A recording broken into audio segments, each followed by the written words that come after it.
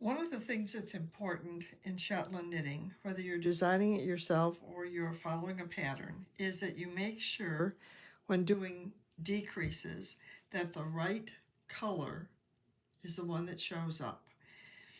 In this case, the pattern down here has 3 purple stitches, and up here it'll need to have 3 purple stitches. The decrease that's in my chart is between these 2 stitches. So I have to make sure that the purple pattern color stays on top and the blue background color goes behind it.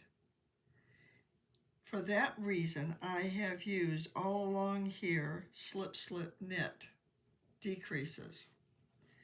So as I do this decrease, I'll slip the purple color, slip the blue color, knit with blue, because that's the color that's on my chart. And as you can see, purple stays on top. I'm going to zoom in on that just a little bit.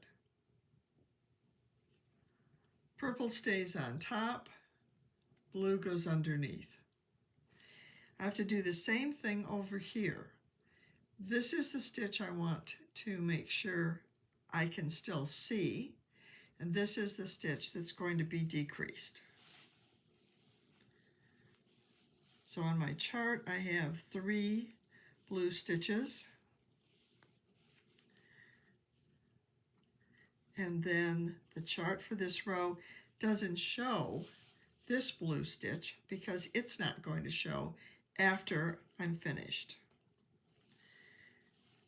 In order to do this decrease, I want to do a knit 2 together because my needle will go into the purple stitch first.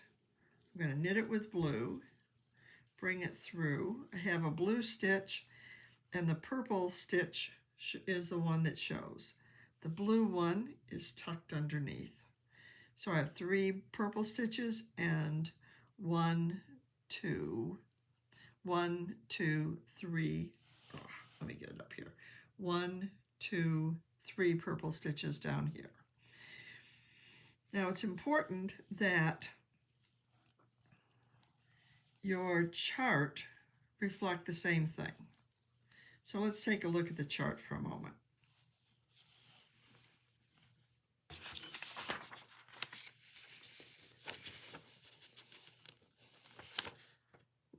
Zoom it out just a little bit. All right, so you can see what I had was 4 purple stitches. This is the one that I was decreasing. So when I decrease this with a slip, slip, knit, I'm taking these 2 stitches